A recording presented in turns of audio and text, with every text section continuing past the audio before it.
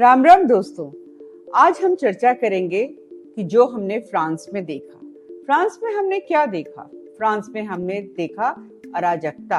अराजकता करने वाले कौन थे? ये वही लोग थे जिनको शरण दी थी फ्रांस ने, यानी कि उन देशों से आए हुए लोग, ज्यादातर इस्लामिक देशों से आए हुए लोग जो अपने देश में परेशान थे, मारे जा रहे थे, पीटे जा रहे थे, खाने को मिलता नहीं था, दर दर की ठोकरें खा रहे थे, उनको पनाह दी फ्रांस ने। और उसका नतीजा क्या हासिल हुआ?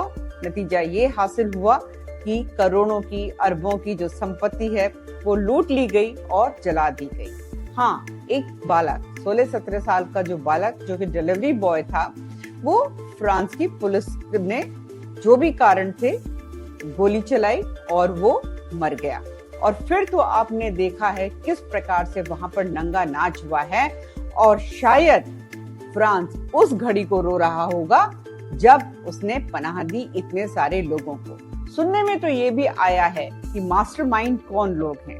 कौन लोग हैं? ये वही लोग हैं जो सीरिया जैसे देशों में बैठकर आतंक फैलाने का पूरा षड्यंत्र रचाते हैं। ये भी वहां फ्रांस पहुंचे हुए थे।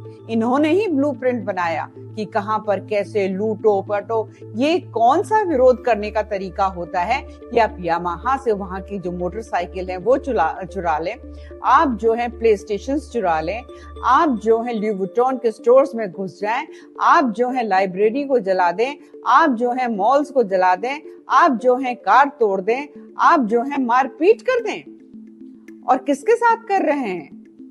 कहां आप नुकसान पहुंचा रहे हैं? आप वही नुकसान पहुंचा रहे हैं जिन लोगों ने आपको गोद में बैठाया। पर हाँ, चिंता का विषय क्यों है?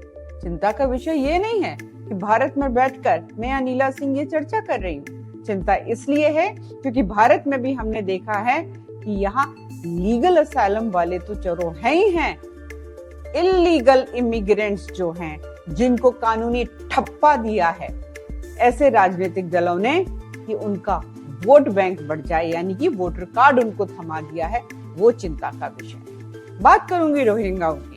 क्या यहाँ पे ये जो रोहिंग्या मुसलमान हैं जो भगाए गए हैं म्यांमार से, यहाँ पर आके लुक-छुप तरीके से रहते हैं, हजारों की संख्या में हैं, पूरे भारतवर्ष में फैले हुए हैं, और जो लोग लीगल नहीं हैं, कानूनी रूप से जिनको नागरिकता नहीं मिली हुई है, आपको लगता है कि क्या उन्होंने कानूनी काम कोई किया होगा या कर रहे हैं?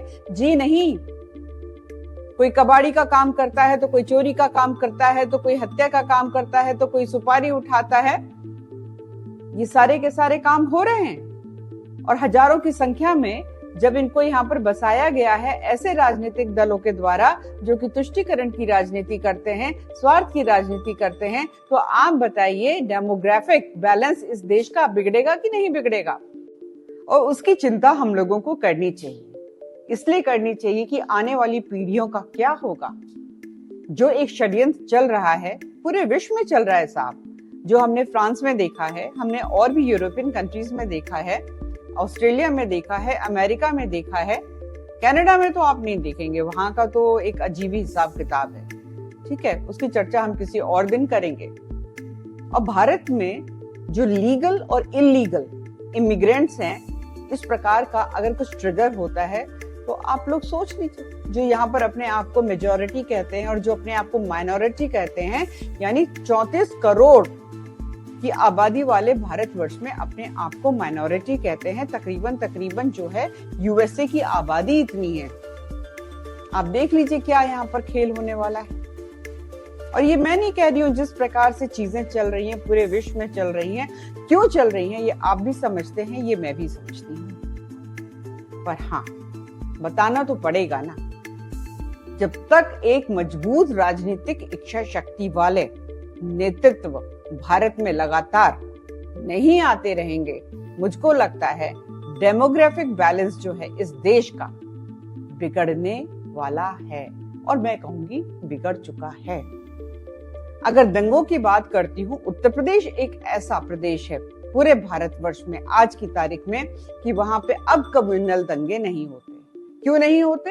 क्योंकि वहां पे बहुत ज्यादा मजबूत राजनीतिक इच्छा शक्ति वाले मुख्यमंत्री हैं योगी आदित्यनाथ जी। उसी प्रकार से देश का नेतृत्व प्रधानमंत्री जो कर रहे हैं, इतनी मजबूत राजनीतिक इच्छा है, कहते हैं सबका साथ, सबका विकास, पर सबका प्रयास। आप प्रयास नहीं करेंगे इस देश की एकता में, तो बाकी राजनीतिक दल चाहे कितना ही भी कुछ भी कहते रहें, आप जनता जनार्दन हैं। आपको पता है कि बांग्लादेश में आबादी 28% थी 1971, आज की तारीख में 5% से भी कम है। 1947 पाकिस्तान, हमारी हिंदुओं की आबादी वहां पर 20% थी, आज 0.2%। भारतवर्ष 1947, यहां पर हमारे मुस्लिम भाई बहनों की आबादी जो थी 2% और आज 20%। फर्क साफ है, सोचना आपको है। राम राम दोस्तों, फिर मिलूंगी एक नए मुद्दे के साथ।